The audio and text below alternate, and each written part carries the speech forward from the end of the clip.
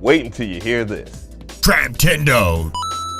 What is going on, peoples? DJ Av here, and I am checking out DriveShaper.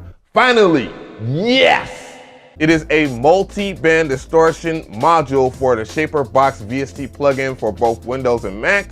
And we'll talk more about this multi-effect suite and what it could do. And the link will be in the description box. I highly recommend checking out a demo. I'm gonna weigh in with my hot takes, my pros and cons, and that's what we're gonna do in this video. So let's begin, let's go. So this is the new module for Shaperbox called DriveShaper, and it costs $40 to add it to the Shaperbox. So you can also try it out as a demo right now. So I highly recommend that. Let's go ahead and feel these vibes though.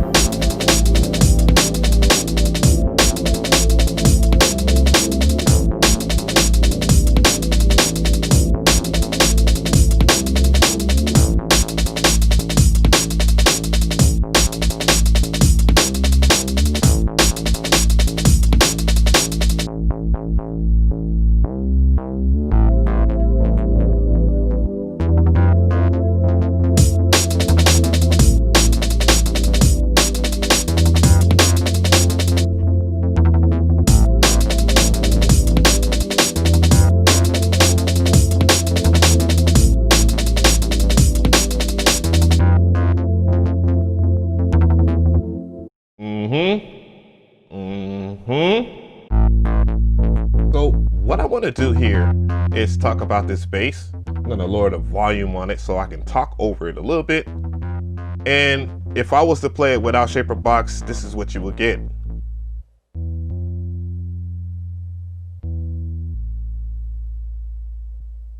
Let's keep it real. You wouldn't even notice that, man, you're starting to see my point. And my point with this is this. So with DriveShaper, you get multiple ways to affect distortion. And it's not just as simple as saying multi-band distortion because of this feature right here. And this is where I'm going to blow your mind. Now I'm going to bring this bass back and you'll notice something specific about it. It's not on right now. The plugin's not on right now. But I'm going to turn it back on and then you'll see some of the nice things about the UI that I really like. It's also very CPU light. I don't see anything about resizing the UI, but what I want to show you is the different bands and what you can do with those different bands. Now on this low band, I have Rhythm 1, which you have different presets here. Let's go through them.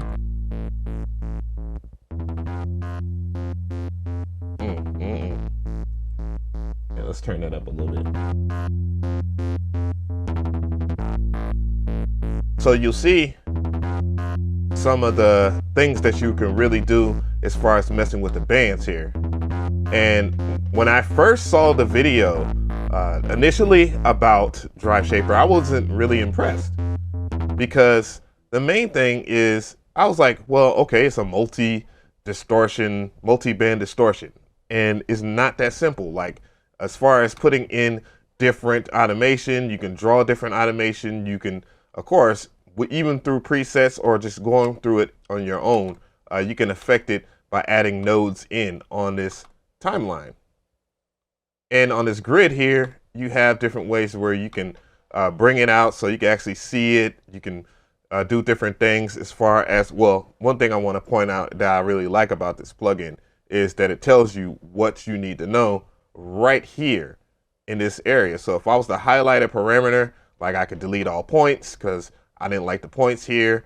I can double the entire waveform. I can choose which type of node style I want to draw in right here. So I can easily draw different effects here. Of course, you can snap to grid and yeah, undo, redo, all of the things that you need is right here.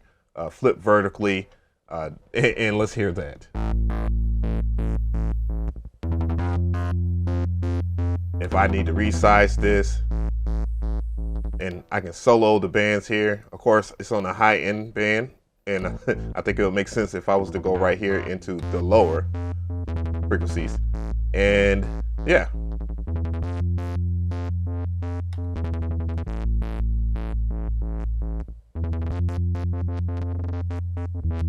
I can do all kinds of stuff. Just really shift it over.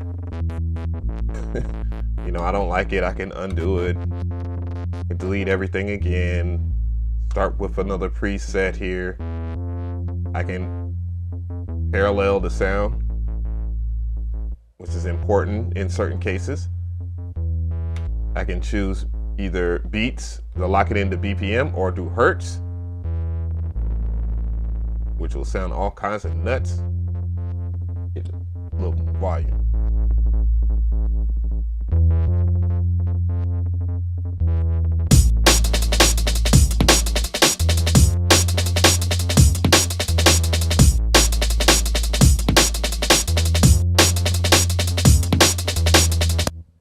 And then you'll see the total allure of it. Now, one of the things that I guess would make sense is, well, since it's multi-band distortion, can you set this up for different bands? Like, can you use different types of styles of distortion? Yes, let's see.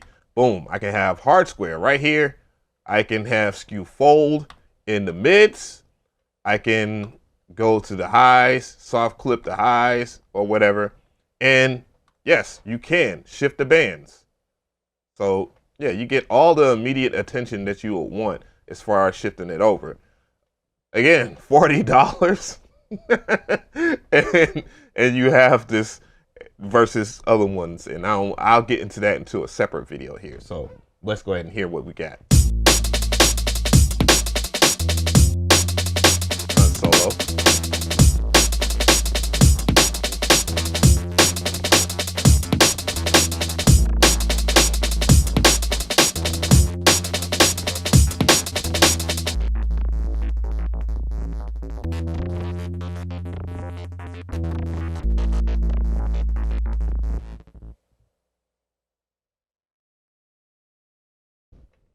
Wow.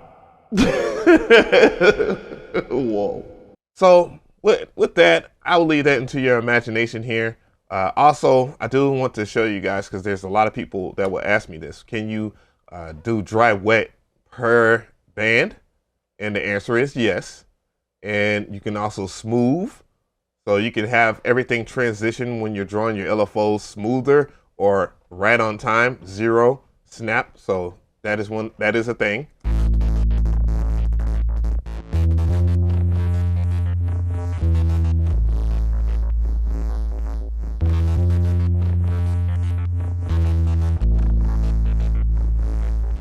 Bruh. I'm gonna have to do multiple videos for you guys to understand what is really happening.